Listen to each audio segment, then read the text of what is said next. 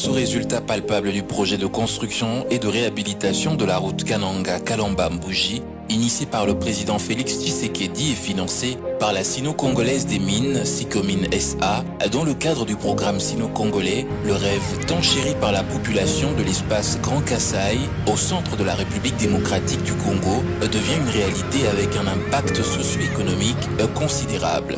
Les commerçants qui pouvaient quitter autrefois de Kananga vers Kalamba-Mbouji avec la moto pour payer $50, aujourd'hui avec le Transco, ils payent moins de $10. Ça peut jouer l'impact de ça sur les revenus de ces commerçants ou ces bas peuples qui n'avaient pas assez de moyens. Donc c'est déjà un avantage. Et non seulement ça, il y a des gens qui cultivaient de l'autre côté de Kalamba-Mbouji qui ne savaient pas acheminer leurs produits de l'autre côté parce que les transports posaient problème. Mais aujourd'hui, même avec les vélos, les gens se déplacent en une journée d'un bout à l'autre. Donc cette route, c'est vraiment une route de l'espoir et l'impact social est à grande échelle. De son côté, Denis Ilonga, chef de mission du bureau de contrôle qui s'occupe de la surveillance qualité travaux, a estimé que cette route, dans le jargon de l'espace Grand Kasaï, est une route de l'espoir. Cette route, déjà dans les jargons de l'espace Grand Kasaï, c'est la route de l'espoir parce que c'est une route très stratégique, non seulement pour la ville de Kananga ou bien la province du Kasaï central, mais pour l'espace Kasaï d'une manière générale. C'est une route qui nous lie avec non seulement d'autres routes d'intérêt national, mais l'un des pays voisins. Et il y a beaucoup de choses qui passent par ici. Et quant à l'état de route, il a ajouté que la qualité est meilleure du fait que l'entreprise chinoise Sinohydro, sous-traitant de l'entreprise CISC SA, se plie à toutes les exigences contractuelles. La qualité, elle est très meilleure parce que nous parlons de la modernisation et cette route va supporter des charges très lourdes. Et donc l'entreprise aussi de son côté fait de son mieux. Et jusqu'ici, tout se passe très bien parce que elle se plie à toutes les exigences contractuelles par rapport aux qualités et tout va très bien. Parlant de la praticabilité de la route, de l'évolution des travaux et du financement de ce projet par la Sicomine, Serge Diboué, chef de mission de l'Agence congolaise des grands travaux à Kananga, rassure que la route est praticable de bout en bout, c'est-à-dire du point kilométrique 0 au niveau du village Matamba, à 20 km de Kananga, jusqu'au point kilométrique final à Kalamba-Mbouji. Nous sommes présentement à plus de au moins 30%. Parlant de l'évolution en soi, la praticabilité, comme la mission de contrôle vient de le dire, la route est praticable de bout en bout, du PK0 au PK final qui est le pont Kasaï, frontière avec l'Angola. Nous avons assuré la praticabilité parce qu'il n'y a pas un mois où cette route était pratiquement impraticable. D'après lui, les camions qui prenaient des semaines pour acheminer des produits de première nécessité de l'Angola à la ville de Kananga ne font plus qu'un seul jour.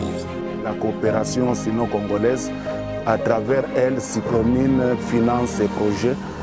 Nous remercions et nous espérons avec cette coopération, le financement est perpétuel et ce projet prendra fin dans les délais requis. Par ailleurs, des impressions louables ont également été données par les bénéficiaires de cette infrastructure, notamment avec le travail effectué par la CISC SA, ainsi que le rapport socio-économique, a fait savoir Alpha Bokundu, marchand et importateur des ciments et barres de fer à Kananga.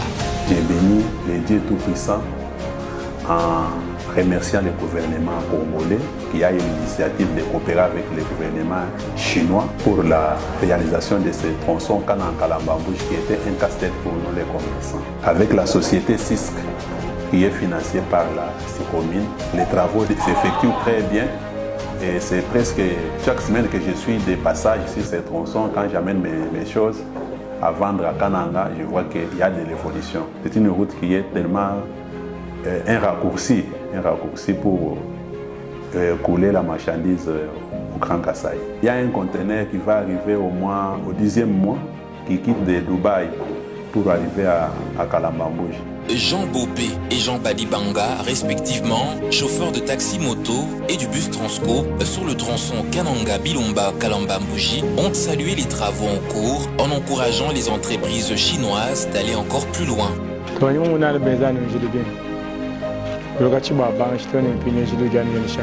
Depuis le début des travaux, ils ont enregistré un vrai changement jusqu'à Bilomba, faisant savoir qu'avant, cette route était très difficile à emprunter. Les entreprises chinoises travaillent très bien, jour et nuit, sans relâche. Je salue l'engagement du chef de l'État, Félix-Antoine Tshisekedi, pour cette belle route en construction. À partir d'aujourd'hui, nous n'allons plus le lapider, mais plutôt le féliciter pour cette réalisation.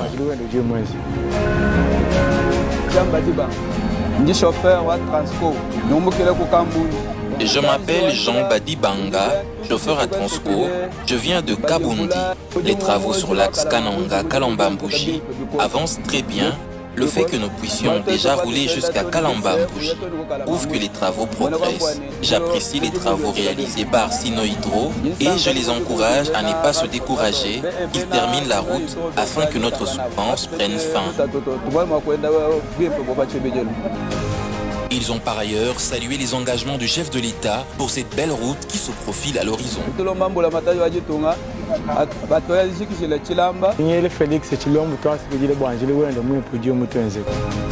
Zhang Yinlong, chef de mission de Sino Hydro, a rassuré que la bonne collaboration avec la population locale permet non seulement de faire avancer le chantier de construction de cette route, mais aussi stimule le développement économique. Nous sommes actuellement en pleine période de construction et nous nous efforçons chaque jour de faire avancer les travaux sur le chantier. Notre équipe, y compris le personnel local, est présente quotidiennement et travaille sans relâche, sans presque aucune pause ni répit. En ce qui concerne les relations avec la communauté locale, étant donné que notre projet de construction stimule le développement économique de cette région et apporte des avantages économiques, nous entretenons des relations exceptionnellement harmonieuses avec les habitants. Comme vous pouvez le constater, l'état actuel indique que la couche de base est achevée conformément à notre plan. La centrale d'enrobage est prête à commencer son essai inaugural. Le plan de ce mois prévoit de commencer l'application d'une couche d'étanchéité monocouche, puis la pose du béton bitumeux. Et M. Zhang a également annoncé le début de la pose de la couche de goudron qui précède l'étape de la pose d'asphalte. Le projet de construction de la route Kalamba-Mbouji, long de 230 km, longtemps impraticable, permet aujourd'hui de relier non seulement la province du Kasaï central à l'Angola, mais aussi tout l'espace Grand Kasaï et Grand Bandundu à l'océan via le port de Lobito en Angola. Grâce au financement de la SICOMINE, il est exécuté par la Sino Hydro, sous-traitant de la CISC-SK, ainsi que de l'ACGT, délégué du ministère des ITPR, et dans le cadre du programme Sino-Congolais.